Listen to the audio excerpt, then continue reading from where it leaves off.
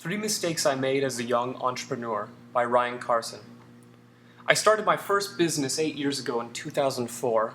I've managed teams as small as 2 from our top bedroom, all the way to my current 54-person team at Treehouse. I've had some wins and plenty of losses, and learned a lot of things the hard way. Hopefully other business owners can avoid these unfun mistakes.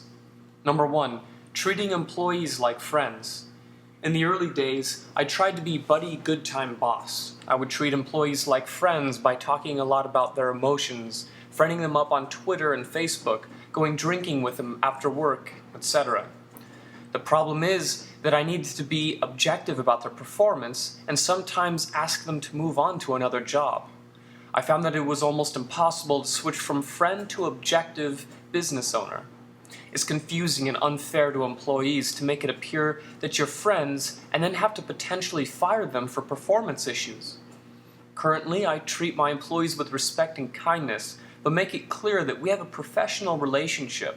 Both of us have to hold up our side of the bargain and hit our targets, or tough decisions will have to be made. Ben Horowitz wrote a great post on this issue which I recommend reading, and you'll find in the description. Number 2.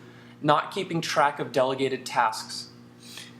I undermined my own authority by asking employees to do a task by a certain date and then not following up with them when it was due. The unofficial message was that I wasn't really serious when I set a deadline. I now keep track of every task I delegate by using Trello. I've got a board called Delegated, and each person has their own list. Every time I ask someone to complete a task, I create a new card and add it to their list. I'll write a few notes and occasionally add a checklist to the card. When I do my weekly one-on-one meetings with my leadership team, those who report to me directly, I go through their list and ask for updates on every card. Number 3. Not understanding our P&L and balance sheet. I met with our accountant quarterly to sign off the accounts, and it always felt like a nuisance. I thought all that mattered was the cash flow. The problem is that the P&L, balance sheet, and cash flow were all working together to give me a complete picture of the business.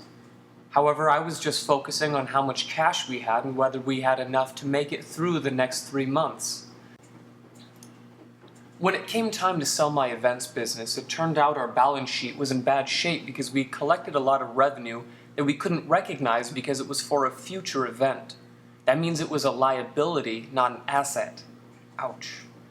That mistake cost me around $175,000 personally, as the buyer knocked that amount off the purchase price. When someone buys your company, the transaction is done on a zero balance sheet, meaning they pay extra for assets or take away cash for liabilities.